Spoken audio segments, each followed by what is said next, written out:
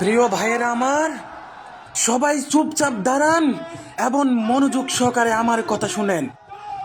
আপনারা সবাই জানেন, বিগত সরকারের আমলে তার বিরুদ্ধে কথা বলার কারণে আমাকে দীর্ঘ 2.5 মাস আয়নাঘরে বন্দি করে রাখা হয়েছিল।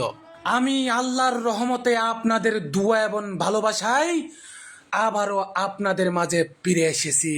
এই বর্তমান সময়ে এসেও আমাকে প্রতিনিয়ত হুমকি দেওয়া হচ্ছে, আমি যদি নাকি এই বর্তমান সরকারকে নিয়ে কোনো কথা বলি তাহলে আমার বিরুদ্ধে নাকি গুরুতর ব্যবস্থা নেওয়া হবে। আমি আজকের এই সমাবেশ থেকে স্পষ্ট ভাষায় জানিয়ে দিতে চাই, এই বর্তমান বাংলাদেশের দর্শন, সাদাবাজি, খুন, ঘুষ, অন্যায়, অবিচারের বিরুদ্ধে কথা বলার কারণে যদি আমাকে জেলে বন্দি করা হয় তাহলে আমি বিগত ফ্যাসিস্ট সরকারের কথা মনে করিয়ে দিয়ে এই বাংলাদেশ সরকারকে বলতে চাই, আপনাকেও এই দেশ ছেড়ে পালাতে বাধ্য করব বলে দিলাম। প্রিয় ভাইরা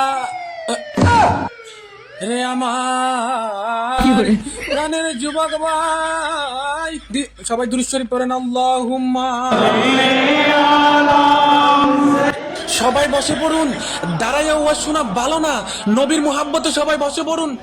প্রাণের যুবক ভাই, দিলের কানটা লাগায় শুনো রে, তুমিও যেমন যুবক আমিও তো তেমন যুবক, তোমারও যৌবন আছে আমারও তো আছে।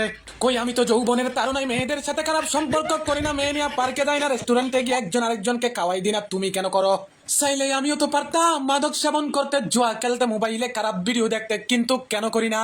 চাইলে আমিও তো পারতাম রে যুবক, মাথার চুলটা রে বাংলাদেশের মানচিত্রের মতো করে কাটিয়া মেসি, নেইমার, রাফিনিয়ার মতো কাটিন দিয়া রাস্তায় ঘোরাফেরা করতে, কিন্তু কেন করি না?